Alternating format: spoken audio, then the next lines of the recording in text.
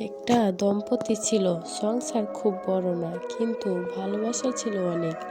স্বামী সারাদিন কাজ করে ক্লান্ত হয়ে বাড়ি ফিরত, আর স্ত্রী চুপচাপ তার জন্য খাবার তৈরি করত। একদিন স্বামী রাগ করে বলল, তুমি সারাদিন বাসায় থাকো, কাজই বা কি করো? স্ত্রী কিছু বলল না, শুধু হেসে থাকলো। পরের দিন স্ত্রীর অসুখ হয়ে পড়ল। সেদিন স্বামীকে নিজেই রান্না করতে হলো, ঘর গোছাতে হলো, সব কাজ করতে হলো। তখন স্বামী বুঝল সংসার চালানো এত সহজ না।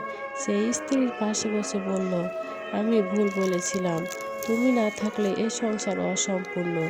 স্ত্রী শুধু মুচকি হেসে বলল, সংসারটা দুজন মিলে করলে তবেই সুন্দর হয়।